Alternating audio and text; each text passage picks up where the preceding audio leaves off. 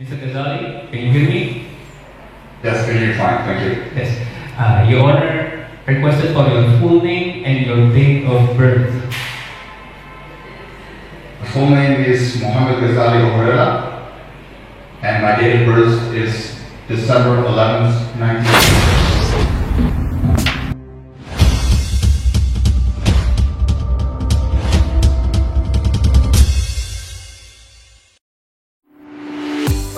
Ahli yang mau dihadirkan oleh penasihat hukum. Ada ahlinya mana nih Pak? Ada berapa orang ahli?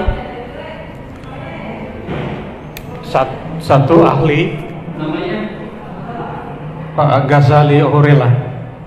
Pak Ghazali Ohorela. Iya, Mana orangnya? iya ada orang sudah. Itu dia punya unmute itu. Coba. Halo Pak Ghazali. Halo. Halo.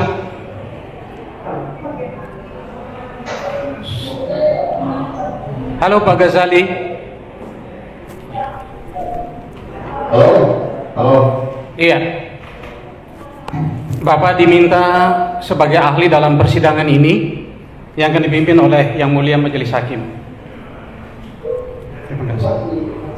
Dia ada penerjemahnya. Ada. Tanya dulu. Ini mau pakai bahasa apa? Ahli, kami sudah minta penterjemah dari Unpati menggunakan bahasa Inggris. Ahli setuju ya? Mr. Ghazali, Yes? can you speak Indonesian? Ready? Hello. Pardon me, I didn't get that last question. Yeah. Can you speak Indonesian language? Not as good as I want it to be. Oh. Oke, jadi pakai bahasa Inggris. Iya, Oke. Ahli di sini dulu. Apa? Penerjemah di sini. penterjemah. Bapak mesti disumpah Pak. Namanya siapa? Hendy atau Hero? Duduk dulu. Umurnya berapa? Usianya apa?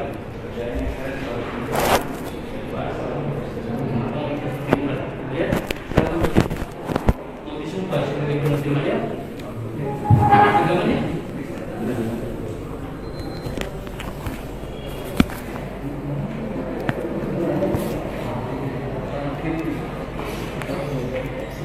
Untuk diambil ucapannya, saya Jadi, berjanji kamu kabul.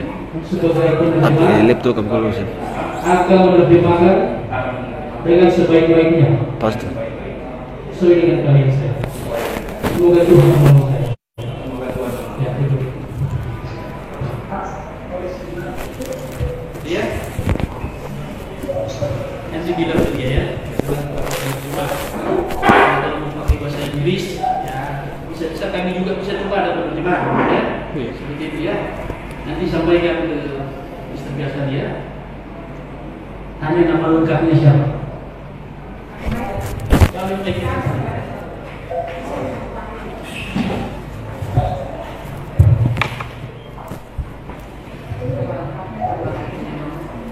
Ayo, nama lengkapnya siapa? Mr. Ghazali? Kira suaranya? Mr. Ghazali, can you hear me? Yes, can you fine, thank you. Yes. Your Honor, requested for your full name and your date of birth. My full name is Mohammed Ghazali Ohorela, and my date of birth is December 11th, 1986. Sekarang umur berapa? So now, how old are you? I'm 33 years old. 33 tahun yang mulia. Terus agamanya apa? And your religion? Pardon me? I couldn't hear you. Your religion? Muslim. Muslim. Tinggal di mana? Your current address? Your My current address? Yeah, current address. As in where my office is or where I couldn't stay. Alamat rumah sekarang atau alamat kantornya ditanya. Because my current address is in. Oh, sorry. Your current address as where you live now. Okay. My current address is in Amsterdam, the Netherlands. Dia tidak pernah terdampak. The court wants to know whether you know the defendants. Sorry, can you repeat the question again? The court wants to know whether you know or have any relation to the defendants. I do not have any relationship with the defendants, nor do I know the defendants. Yeah. Ada kitab suci di tempat. Do you have your Quran with you? Karena harus disumpah. Do you have Quran with you? Because you want to be Yes. judged. Yeah. One moment, please. Beliau akan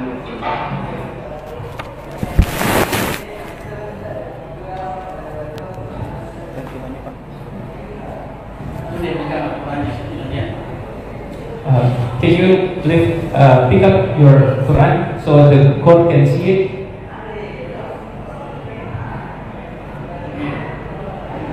Bilangnya sebelum murid ini mau disumpah ya, sebelum disumpah, sebelum dia ini basmalah bismillah ya. So before you're taking your pledge, the court wants you to say Bismillah. Lah.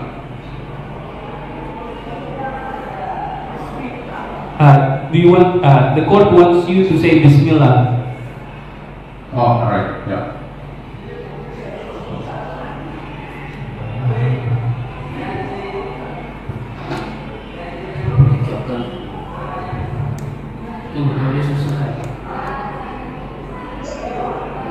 Demi Allah saya bersumpah. Dia ikuti lafaz yang diucapkan. Iya. Nanti kamu yang terjemahkan. In the name of God. Saya bilang saja kok. Dia ikuti apa yang diucapkan. Will you please follow what the judges will say for the taking of pledge? Demi Allah saya bersumpah. For the Lord I pledge.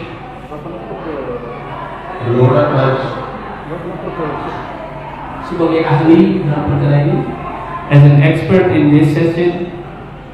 As an expert in this session. Akan memberikan pendapat.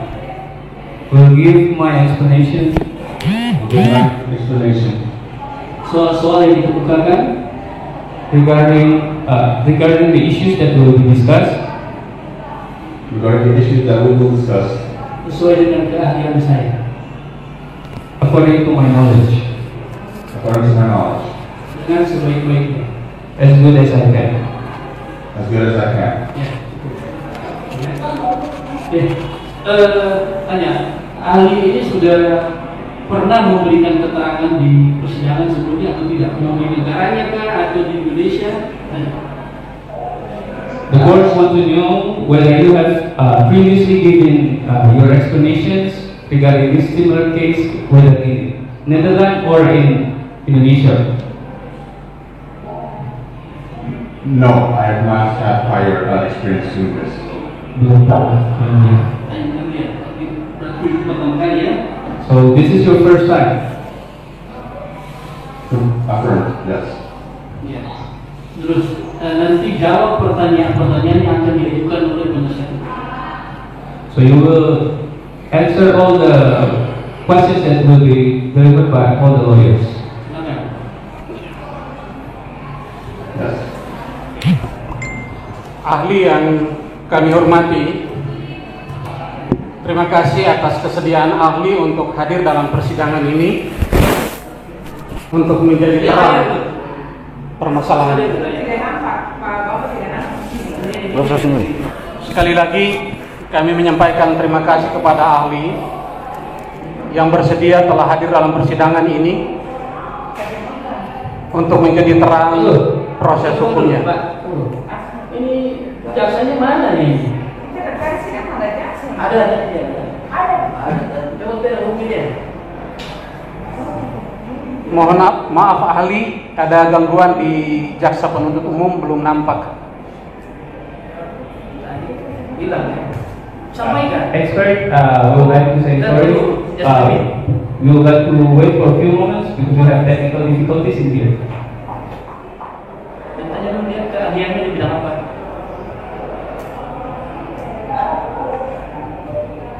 Expert, Your Honor wants to know what is your expertise.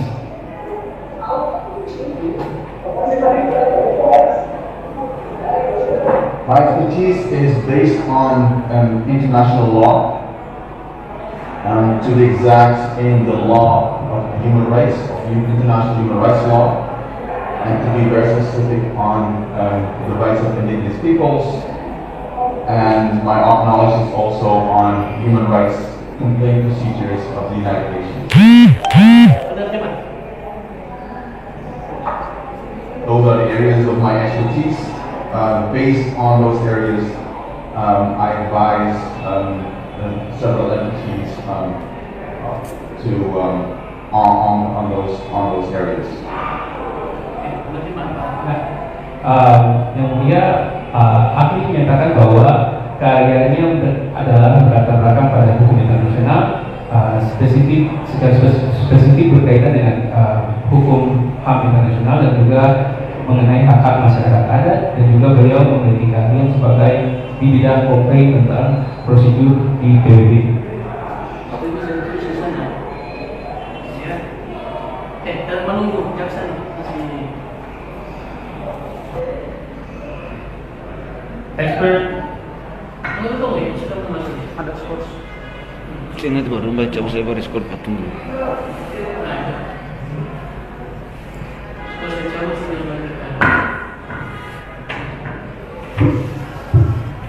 Pak jaksa bisa dengar ya? Dengar Pak James. Ya. Lanjut.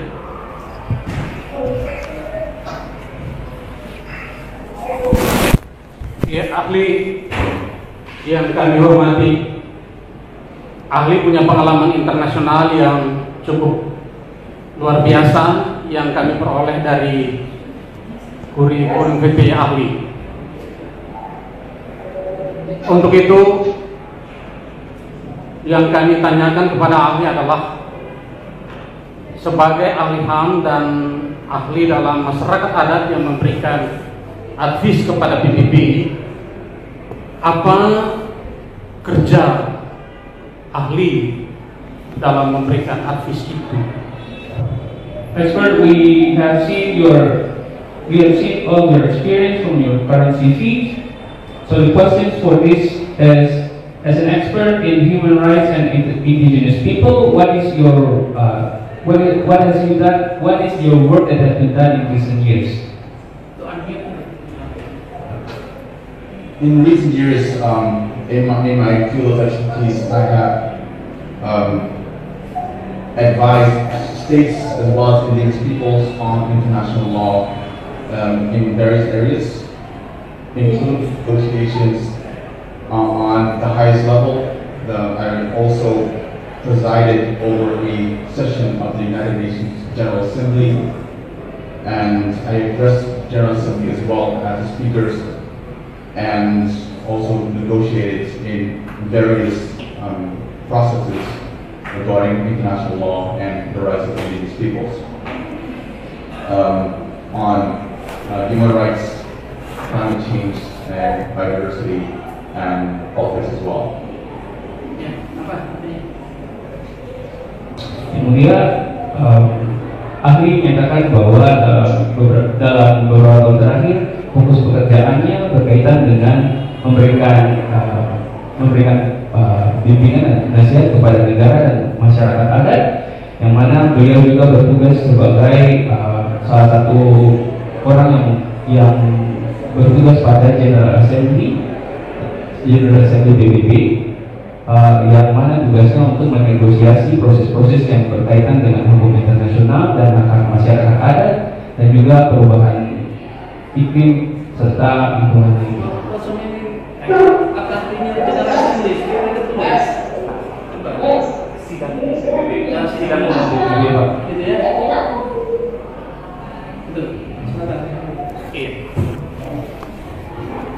Sepengetahuan ahli, apakah status satu masyarakat adat itu sama dengan satu bangsa?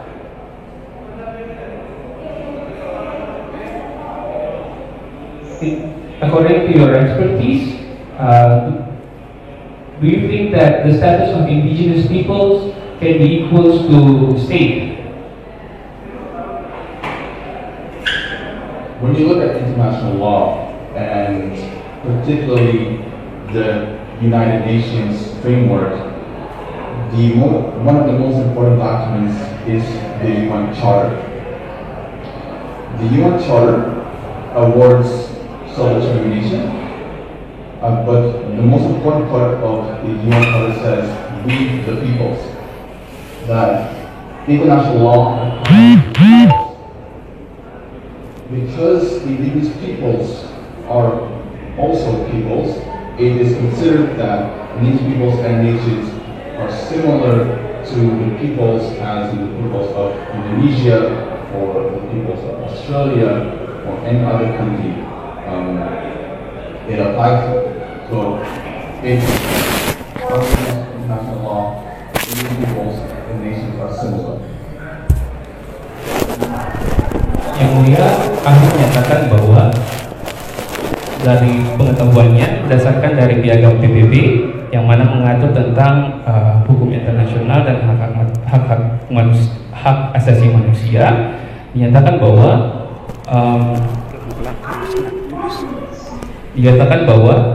masyarakat adat memiliki hak yang sama dan status yang sama sesuai dengan warga negara dari sebuah suku bangsa.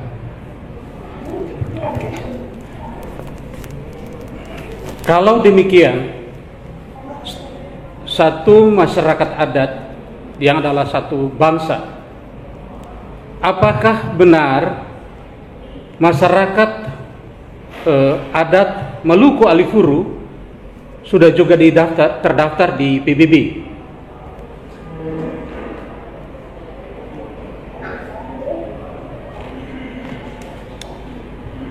Hence, if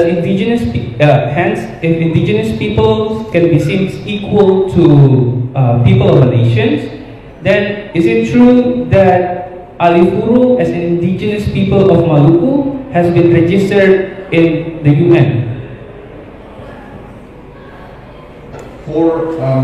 From the archives of the United Nations, the Alifuru peoples have been registered for more than 2 decades now in the United Nations as a participant and as well as indigenous peoples. I can confirm that. Yang mulia, ahli menyatakan bahwa benar bahwa suku Alifuru terdaftar selama kurang lebih 20 tahun terakhir sebagai bagian dari masyarakat adat di PBB. Yang berikut, sebagai masyarakat adat yang juga suatu bangsa, apakah orang Maluku berhak untuk menentukan nasib sendiri sebagai suatu negara merdeka? The question is, as an indigenous people have the same status as people of nations, is it true that indigenous people of Maluku have the right of self-determination to declare a sovereign nation? It is very important to note under international law that peoples have the right to self-determination. That right to self-determination is reflected in Article 1 of the UN Charter, Article 3 of the United Nations Declaration on the Rights of Indigenous Peoples, as well as Article 1 of the International Covenant of Economic, Social, and Cultural Rights, and Article 1 of International Covenant of civil and political rights. It is very important to note that these articles on self-determination also apply to indigenous peoples. Why this right to self-determination that applies to indigenous peoples includes whatever way or political choice that the people of Maluku or the other people want to make. So in that sense, for example, the proclamation of independence on April 25th, 1950 is a choice, a self-determined by the peoples. So it is a manifestation of the right to self-determination as awarded under international law. Yang Mulia, ahli menyatakan bahwa penting untuk melihat kembali pada beberapa artikel dari artikel pertama dan ketiga dari Piagam PBB, serta ada beberapa perjanjian internasional lainnya yang berkaitan dengan hukum internasional dan hak asasi manusia, yang mana menjamin bahwa hak-hak dari setiap orang sudah diatur, termasuk hak dari setiap warga Maluku untuk menyatakan apa yang diinginkannya. Dalam hal ini pada contoh kasus RMS pada 1950, hal ini dapat dilihat sebagai perwujudan dari hak untuk menentukan nasib sendiri seperti yang sudah dijamin. Iya, pertanyaan berikutnya adalah, kalau RMS yang diproklamasi 25/50 sebagai wujud dari hak untuk menentukan nasib sendiri satu bangsa, yakni bangsa Maluku, untuk merdeka, pertanyaannya adalah, apakah proklamasi RMS 25/50 itu memenuhi syarat-syarat sah sebagai satu negara menurut hukum internasional? If RMS declarations can be seen as an example of exercising the rights of self-determination, is RMS declarations can be justified according to international law.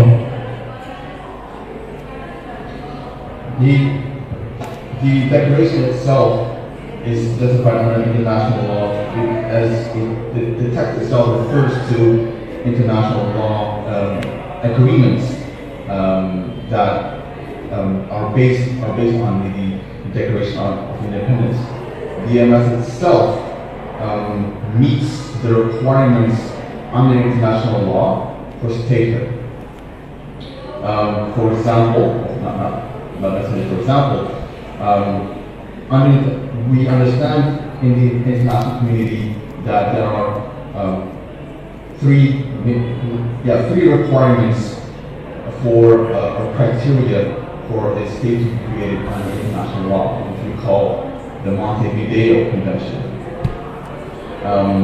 So these three are you need to have a permanent population, a territory, as well as a central government. So these three criteria are met. Henceforth, why I submit that the RMS meets the legal requirements as according to international law recognized by the United Nations. Yang Mulia, ahli menyatakan bahwa menurut perjanjian hukum internasional dapat dikatakan bahwa deklarasi RMS pada tahun 1950 telah memenuhi syarat-syarat utama, karena ada 3 syarat utama untuk pembentukan suatu negara berdasarkan perjanjian Montevideo, yang mana syarat yang pertama adalah harus adanya populasi atau warga negara, kedua adalah adanya wilayah atau teritori, dan yang ketiga adalah adanya pemerintahan. Dan ketiga syarat ini sudah dipenuhi oleh RMS, maka oleh itu deklarasi kemerdekaan RMS dapat dilihat sebagai sesuatu yang dapat diakui menurut hukum internasional. Yang berikut, selain memiliki syarat sah sebagai suatu negara, karena ada rakyat, ada wilayah, dan ada pemerintah, apakah ahli tahu bahwa RMS juga pernah diakui oleh negara lain juga sebagai syarat sah sebuah negara? Other than these three requirements that previously stated, do you know that RMS also had an acknowledgement from another country as a means of another requirement of making another state?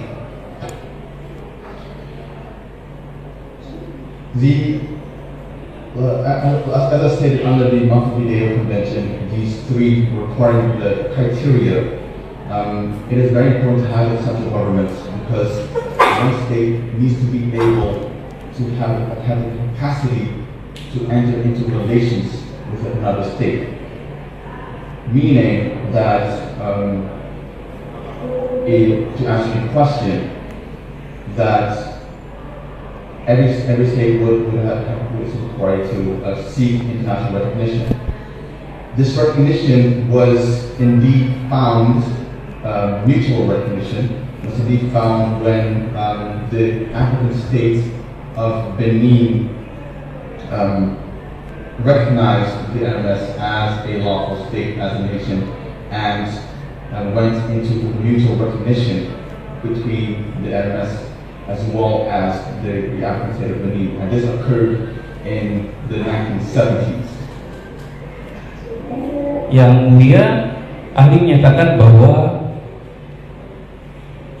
penting untuk diketahui, sebagaimana yang sudah dikatakan sebelumnya, bahwa dengan adanya pemerintahan yang berdaulat, maka akan memungkinkan untuk sebuah negara membangun atau menjalin hubungan dengan negara lainnya, yang mana dalam hal ini terdapat pengakuan internasional dari negara lain. Dalam hal ini adalah negara Benin di Afrika yang mengakui kedaulatan RMS sebagai sebuah negara yang sah pada tahun 1976. Yang berikut, ahli, walaupun syarat sah suatu negara itu sudah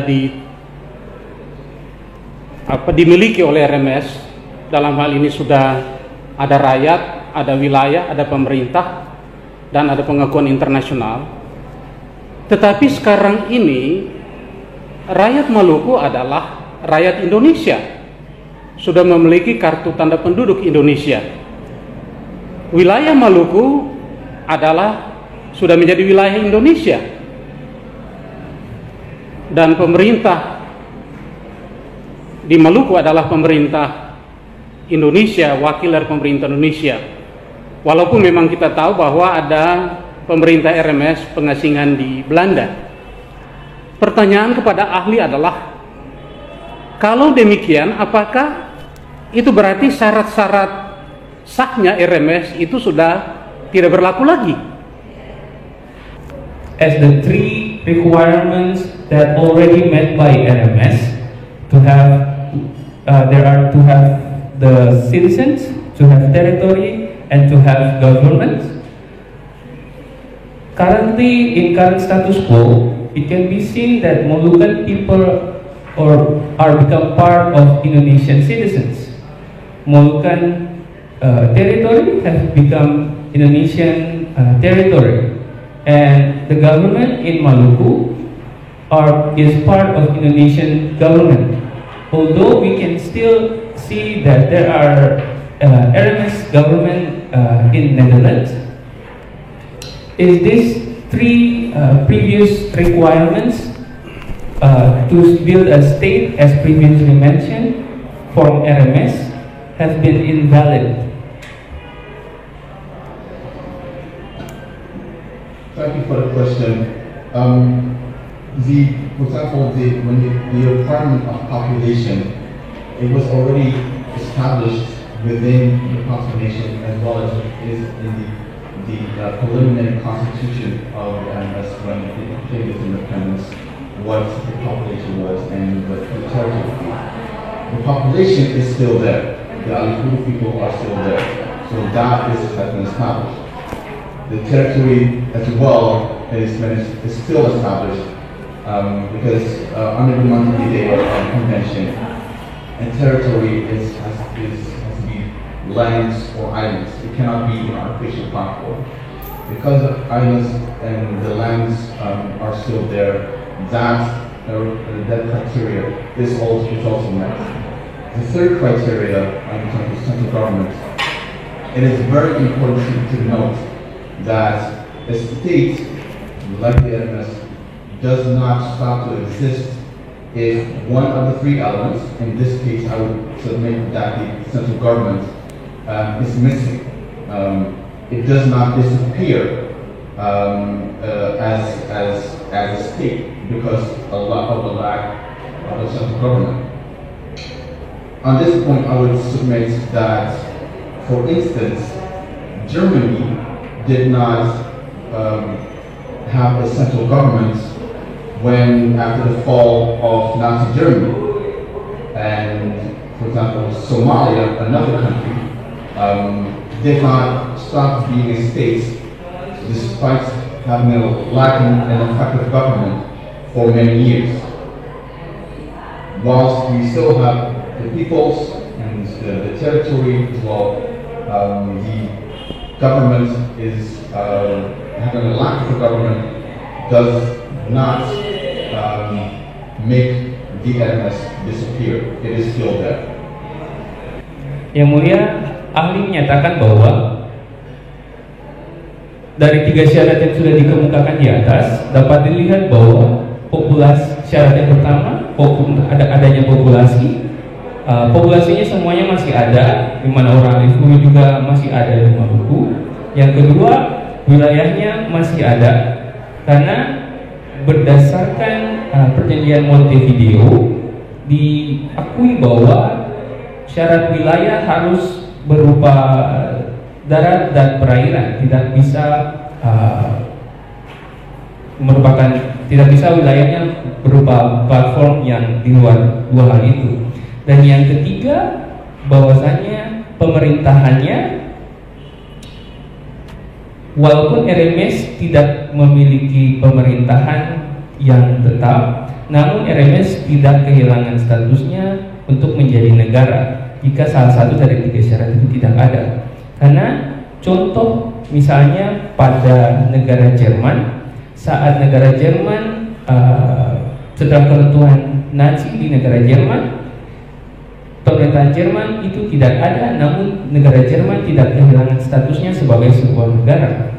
Kemudian negara Somalia juga yang selama bertahun-tahun tidak memiliki pemerintahan yang berjalan efektif, namun tidak kehilangan statusnya sebagai negara. Oleh karena itu, maka dalam hal ini dilihat bahwa RMS masih tetap tidak kehilangan statusnya sebagai sebuah negara hanya karena dilihat bahwa pemerintahannya yang sudah tidak ada di Maluku. Yang berikut, pada persidangan yang lalu kami juga menghadirkan saksi ahli hukum internasional atas nama Hendrik Apituli.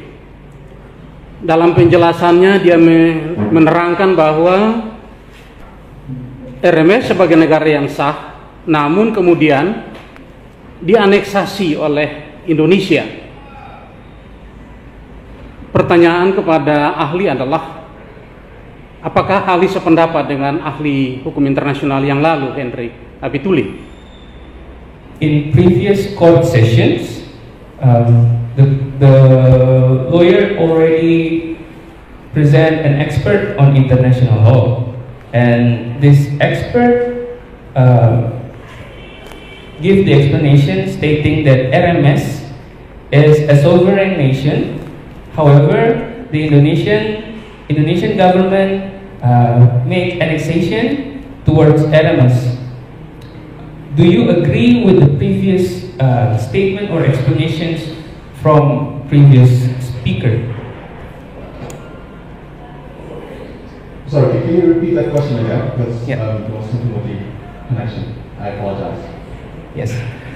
On previous court sessions, the an expert on international law has already provided his explanation, stating that RMS is a sovereign nation, but Indonesian government did annexation toward RMS. Do you agree with this statement? Thank you. I did not hear the explanation of the previous experts in this particular case. So I'm not aware of what he said or may have not have said. But to answer your question, based on my comments to the previous question, I would agree that the RMS is still a legitimate nation under international law. Yang mulia, ahli menyatakan bahwa beliau tidak tahu atau tidak pernah mendengar penjelasan yang disampaikan sebelumnya dari ahli yang sebelumnya. Namun berdasarkan pengetahuan dia dapat dinyatakan bahwa memang benar bahwa RMS masih tetap dilihat sebagai sebuah negara yang berdaulat. Pertanyaan yang berikut adalah, apakah aneksasi sebuah negara itu dilarang dalam hukum internasional? We just want to know, is annexation is forbidden by the international law? The act of annexation is the reason why the United Nations was established, to assure that all peoples have the right to self-determination and to coexist in international community. So the international law is based on that principle of self-determination and ensuring that not one nation can invade or annex another nation. Again, that's why it brought in the principle of, for example, territorial integrity, meaning that one state cannot annex another state. So under international law, annexation is, I would submit, considered illegal per the intent and purpose of the UN Charter and other provisions of international law. Yang mulia, ahli menyatakan bahwa tindakan aneksasi ini merupakan alasan kenapa PBB itu ada, yaitu untuk menjamin hak-hak dari setiap orang untuk menentukan nasib mereka sendiri. Yang mana dalam hari ini ada beberapa poin yang bisa dilihat, seperti integritas teritori dari sebuah negara tidak dapat dianeksasi atau tidak dapat diambil alih oleh sebuah negara atau pemerintahan lain. Lebih cepat lagi ya, terjemahannya. Iya. Yang berikut, dalam persidangan yang lalu juga ahli menjelaskan bahwa aneksasi yang dilakukan oleh Indonesia terhadap RMS antara lain dengan cara perang fisik, tetapi juga dengan provokasi. Pada wilayah Kristen, wilayah masyarakat Maluku yang berpenduduk Kristen disebut RMS adalah Republik Maluku Salam. Pada wilayah-wilayah yang berpenduduk beragama Muslim disebut bahwa RMS adalah Republik Maluku Sarane. Tetapi yang ahli tahu adalah RMS ini Republik Maluku Salam atau Republik Maluku Sarane, ataukah memang Republik Maluku Selatan yang sebenarnya? On previous court sessions, it has been said that annexation conducted by Indonesian government was not only being done by open war, but also by provocation toward people of Maluku. Some would say that RMS stands for Islamic South Moluccan Republic, or Christian South Moluccan Republic. In your knowledge, which RMS that you think is correct? Is it the Christian South Moluccan Republic, the Islamic South Moluccan Republic, or just Republic or RMS, Republic of South Maluku? When you look at the Proclamation of Independence of April 25th, 1950, the proclamation clearly states the Republic of the South Moluccas, or Republic Maluku Selatan. I would therefore argue and submit that it is as defined as that and will remain as that, the Republic of the South Moluccas.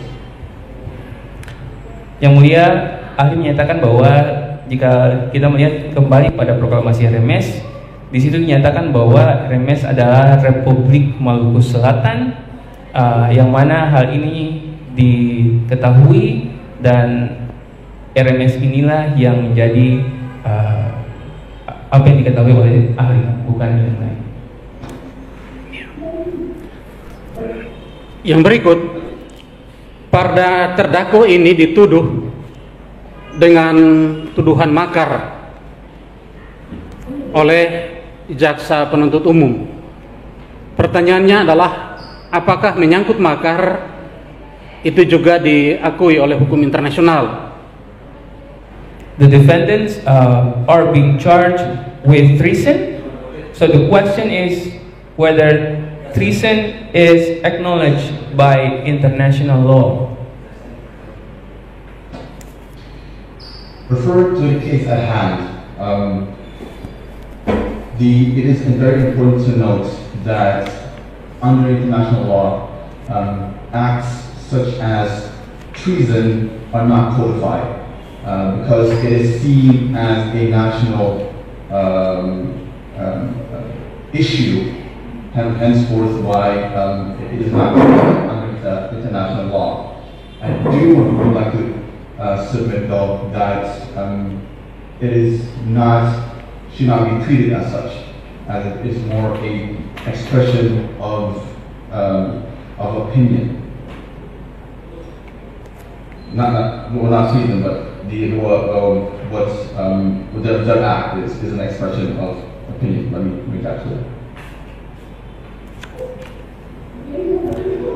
Yang Mulia, ahli menyatakan bahwa jika melihat kasus ini, maka dalam hal ini makar tidak diatur di dalam hukum internasional karena dilihat sebagai bagian dari masalah di dalam negeri.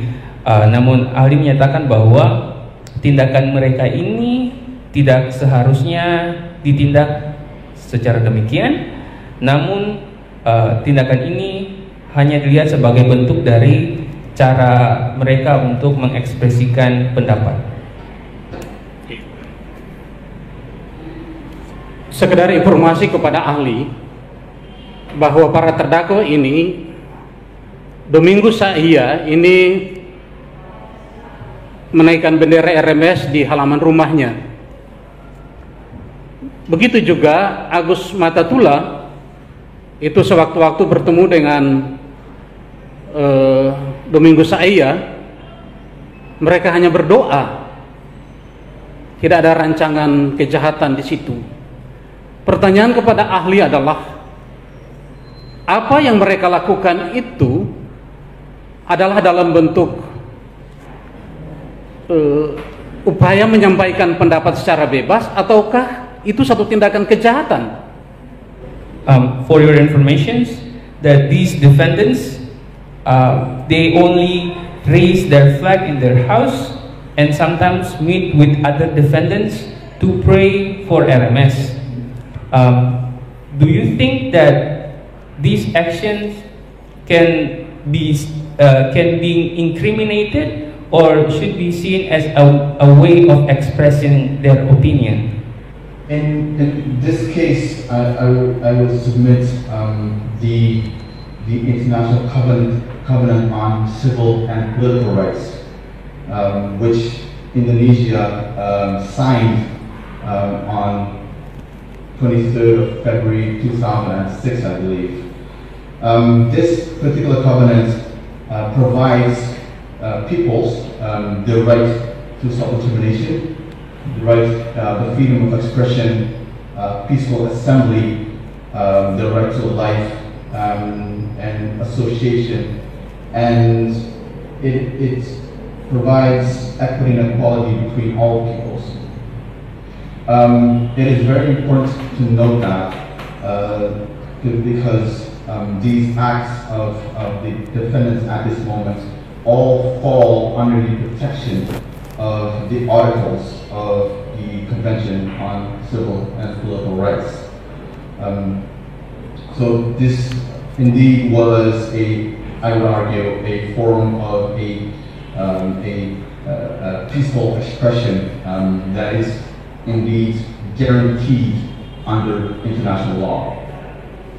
Yang mulia, ahli menyatakan bahwa dalam hal ini jika kita merujuk pada perjanjian hak sipil dan hak politik yang mana perjanjian ini ditandatangani oleh Indonesia pada tahun 2006, perjanjian ini menjamin hak-hak seperti hak untuk menentukan nasib sendiri, hak untuk menyatakan pendapat, hak untuk hidup, hak untuk berkumpul dan berasosiasi, serta menjamin kesetaraan dari setiap warga negara. Maka aksi yang dilakukan oleh para terdakwa ini dapat dilihat sebagai bentuk untuk mengekspresikan pendapat mereka, yang mana hak ini sudah dijamin di dalam perjanjian hak sipil dan hak politik yang sudah disampaikan sebelumnya.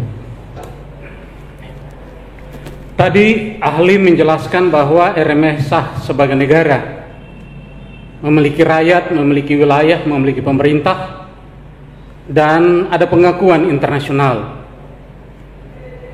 Namun ternyata RMS dianeksasi oleh Indonesia, dan aneksasi itu tidak sesuai dengan hukum internasional. Pertanyaannya adalah, apakah terdakwa ini atau siapa saja orang Maluku yang punya hati untuk memperjuangkan sebuah kebenaran berhak? Yang pakai terdakwa ya, itu sudah masuk di faktanya. Pakai apakah orang lain ya. Yang sejenis? Apakah setiap orang Maluku berhak untuk memperjuangkan pengembalian kedaulatan RMS itu, dan bagaimana mekanismenya sesuai hukum internasional? As you previously stated that RMS is still seen as a valid or justified nation, plus they already have the international recognition from another states. However, the annexation was done by Indonesia, who is seen as contradict to international law. So the question is, do Moluccan people have any right to restore the sovereignty of RMS?